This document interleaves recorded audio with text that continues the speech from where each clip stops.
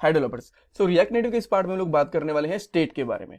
और जब भी आप स्टेट के बारे में पढ़ना शुरू करते हो ना, तो एक बार के लिए आपको ऐसा लग सकता है कि स्टेट एंड वेरिएबल ये दोनों सिमिलर ही हैं, हम लोग वेरिएबल ही क्यों नहीं यूज कर लेते। बट एक्चुअल में ऐसा नहीं है। एक स्टेट एंड वेरिएबल में बहुत ज्यादा डिफरेंस होता है, जो इस वीडियो के अंदर मैं आपको अच्छे से समझाऊंगा। इस वीडियो में आपको बहुत सारी ऐसी छोटी छोटी बातें पता चलेंगी जो शायद आपको स्टेट के बारे में ना पता हो, और इंटरव्यूज के अंदर वो डेफिनेटली आपकी हेल्प भी करेंगे। सो इस वीडियो को पूरा देखना। एक छोटा सा क्वेश्चन आता है कि क्या स्टेट रिएक्ट नेटिव का फीचर है? जी नहीं, देखो स्टेट रिएक्ट जेएस का फीचर है। तो ये रिएक्ट नेटिव में कैसे यूज कर पा रहे हैं? React native internally react JS use करता है, जिसकी वजह से जितने भी रिएक्ट जेएस के फीचर होते हैं वो रिएक्ट नेटिव के अंदर उठ के आ जाते हैं।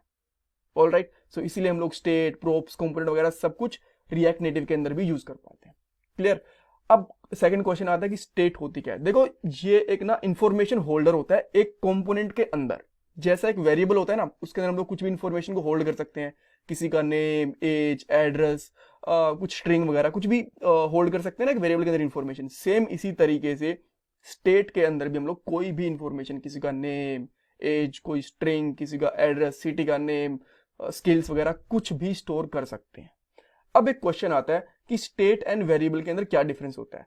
मैं थ्योरेटिकली अभी बता रहा हूं, प्रैक्टिकली जब मैं अभी इसी प्रोग्राम के अंदर थोड़ी देर बाद में बताऊंगा, जब हम लोग इंप्लीमेंट कर रहे होंगे। देखो जब भी आप एक वेरिएबल को अपडेट करते हो ना, तो कंपोनेंट आपका रीरेंडर नहीं होता।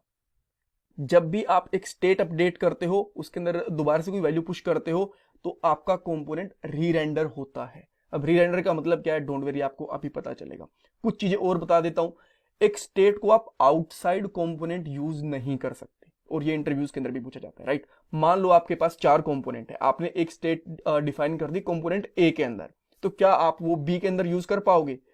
देखो बी के अंदर सेम नेम से अलग स्टेट बन सकती है, बट सेम जो आपने कंपोनेंट ए के अंदर डाटा बनाया था ना एक स्टेट के अंदर, वो किसी दूसरे कंपोनेंट के अंदर नहीं लेके जा सकते। यानी कि एक कंपोनेंट की स्टेट उसके अंदर ही रहेगी, उससे बाहर नहीं जा सकती। All right, okay. सो अब हम लोग क्या करते हैं, एक छोटा सा स्टेट का एग्जांपल बना के देखते हैं और उसको अच्छे से समझने की कोशिश करते हैं। ये हमारा एमुलेटर है यहाँ पे, और जो लास्ट पार्ट के अंदर एक क्वेश्चन पूछा था मैंने वेरिएबल्स के ऊपर, अगर आपने लास्ट वाली वीडियो देखी होगी तो लास्ट में पूछा था, उसका आंसर भी इस वीडियो के अंदर आपको मिल जाएगा।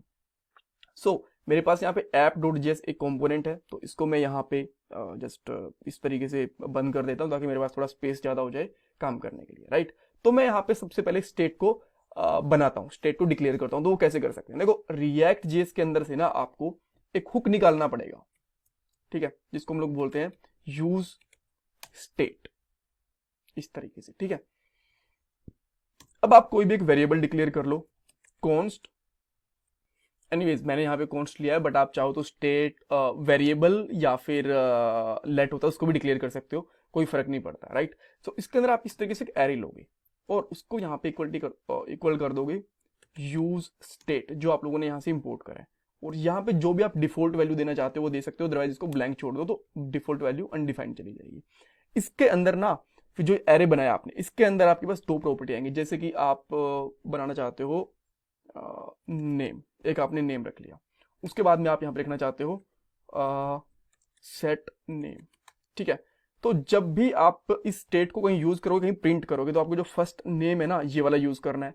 और जब भी आप इसको कहीं अपडेट करना चाहोगे तो सेट नेम है उसको यूज करना है। कैसे, मैं आपको बता देता हूँ। देखो अभी के लिए हम लोगों ने यहाँ पे नेम कुछ रखा नहीं है, अनडिफाइंड है। ठीक है, तो मैं यहाँ पे क्लियर करके इसको इस तरीके से यहाँ पे डाल देता हूँ नेम, तो यहाँ पे नेम प्रिंट हो जाएगा। अब नेम क्या प्रिंट होगा? एक्चुअली नहीं होगा, बिकॉज यहाँ पे इसमें कुछ है ही नहीं। तो मैं ऐसा कुछ बाय डिफॉल्ट नेम डाल सकता हूँ, बिल्कुल डाल सकता हूँ। मैंने यहाँ पर डाल दिया अनिल, ये डाला, तो यहाँ पे अनिल नेम प्रिंट हो गया। तो ये बेसिकली एक स्टेट बन गई हमारे पास। ठीक है, आप बोलोगे यार ये कैसी स्टेट है, मतलब कुछ समझ नहीं आया। देखो जब भी हम लोग स्टेट यूज करते हैं ना, जब भी यूज करते हैं, ये फंडामेंटल चीज है, ऐसा नहीं है कि मैं कुछ अलग से बता रहा हूं। हमेशा उसके अंदर से इस तरीके से उसको डिस्ट्रक्ट करते हैं और 2 चीजें निकालते हैं। जो पहला हमारा पैरामीटर निकलता है, फिर पहला कॉन्स्टेंट कह लो, पहला एलिमेंट कह लो, जो भी आपको ठीक लगे वो कह लो, तो वो उसका स्टेट का एक्चुअल वैल्यू होगी जो भी आपको प्रिंट करनी है। जैसे मैंने यहाँ पे प्रिंट कर दिया तो अनिल यहाँ पे प्रिंट हो गया। सेट नेम ये एक फंक्शन के जैसे यूज होगा जब भी हमें इसको अपडेट करना होगा तब। ठीक है, ऑल राइट। सो एक बार के लिए अपडेट करके देखते हैं तो आपको और भी अच्छे से समझ में आएगा। ठीक है, मैं यहाँ पे एक बटन बनाता हूँ। हम लोगों ने स्टेट बस बना दी, इतनी स्टेट होती है। अब हम लोग यहाँ पे यूज कर लेते हैं एक बटन। जैसे मैंने यहाँ पे बटन लिखा, ऊपर से इंपोर्ट हो गया। ठीक है, इसको मैं बंद करूंगा और यहाँ पे लिखूंगा टाइटल, और टाइटल के अंदर डाल देता हूं अपडेट नेम। ये कर दिया। अब यहाँ पे आ गया अपडेट नेम से एक बटन आ गया, ठीक है। अब इसके ऑन प्रेस के ऊपर, ऑन प्रेस इस तरीके से बनाया मैंने, यहाँ पे कर दिया सेट, अच्छा सेट नेम। मैं यहाँ पे क्या करता हूँ ना, फंक्शन को कॉल कर लेता हूँ, वहां पे आप आराम से सुन पाओगे। इवन आप यहाँ भी अपडेट कर सकते हो स्टेट को, बट वो मैं थोड़ी देर बाद में बताऊंगा, पहले स्टेप बाय स्टेप चलते हैं। मैंने एक फंक्शन बनाया यहाँ पे, लेट्स से कि टेस्ट नेम करके बना लिया, ठीक है।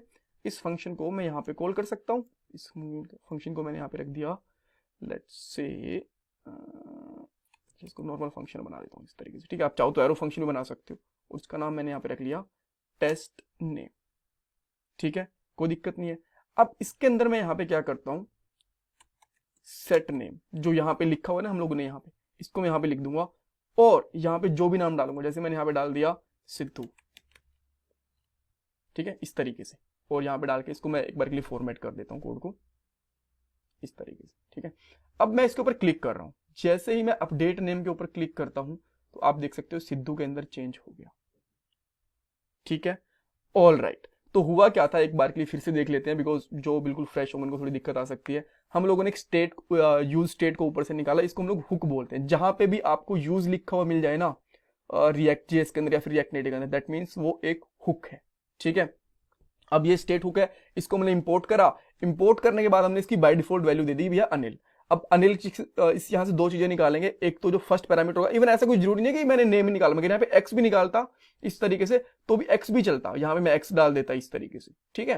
तो जो भी निकाल लो, जो भी आपको ठीक लगे, दो नाम निकाल लो, जैसे कि यहाँ पे सेट नेम नॉर्मल नेम हो गया और सेट नेम हो गया, तो यहाँ पे आप नेम और अपडेट नेम भी निकाल सकते थे, तो भी कोई दिक्कत नहीं थी। बस इसको दो पैरामीटर देने तो जो मर्जी दे दो।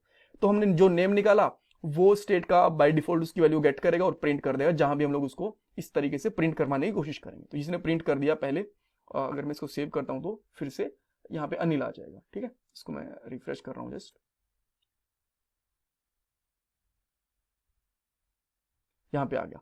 उसके बाद में क्या हुआ, मैंने एक बटन बनाया, बटन के ऊपर ऑन प्रेस के ऊपर मैंने फंक्शन कॉल कर दिया, और उस फंक्शन के अंदर सेट नेम जो ये था उसको एक फंक्शन के जैसे यूज करा, और जो भी मैंने इसके अंदर डाला वो अपने आप में अपडेट हो गया बाद में इस नेम के अंदर, बिकॉज इसका काम ही होता है सेकंड पैरामीटर का इसको अपडेट करना। अगर मैं यहाँ पे लिख देता जैसे कि लाइक, ठीक है, तो ये लाइक में अपडेट कर देता।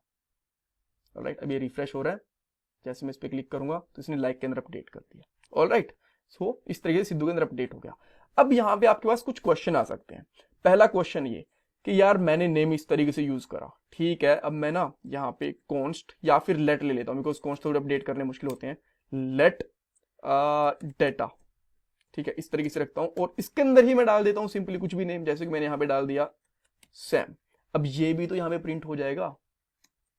अब यहां पे आया, मैंने यहां पे डाल दिया डेटा, अब ये भी प्रिंट हो रहा है, आप देखोगे यहां पे प्रिंट होगा। तो दिक्कत क्या है भाई, हम लोग डायरेक्टली डेटा ही क्यों नहीं यूज करते, डायरेक्टली वेरिएबल क्यों नहीं यूज करते।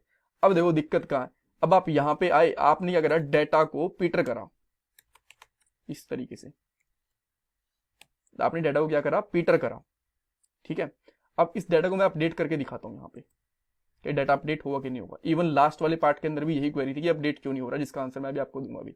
जैसे ही मैं यहाँ पे क्लिक करूंगा अपडेट के ऊपर, स्टेट वाला जो ऊपर वाला नेम है तो अपडेट हो जाएगा, बट डेटा अपडेट ही नहीं होगा। Here we go, Sam update ही नहीं हुआ, पीटर में इसको चेंज होना था बट हुआ क्यों नहीं।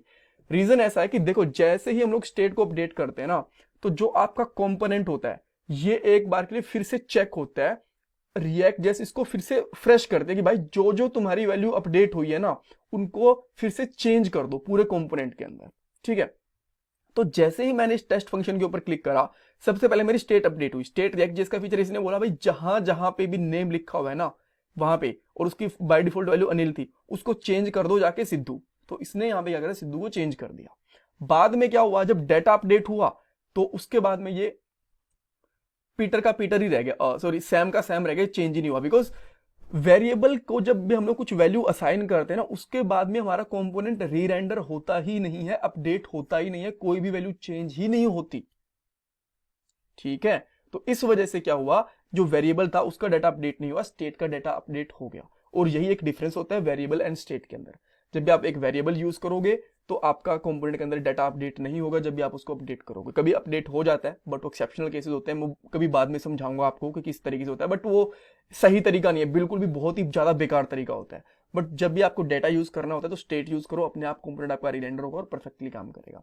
ऑल राइट, ओके, आपको दोनों में डिफरेंस भी समझ में आ गया, स्टेट को अपडेट कैसे करते हैं ये भी समझ में आ गया।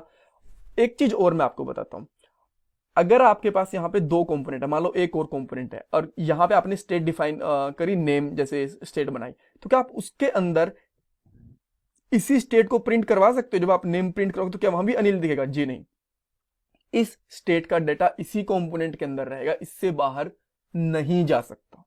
ठीक है, ये थंब रूल है।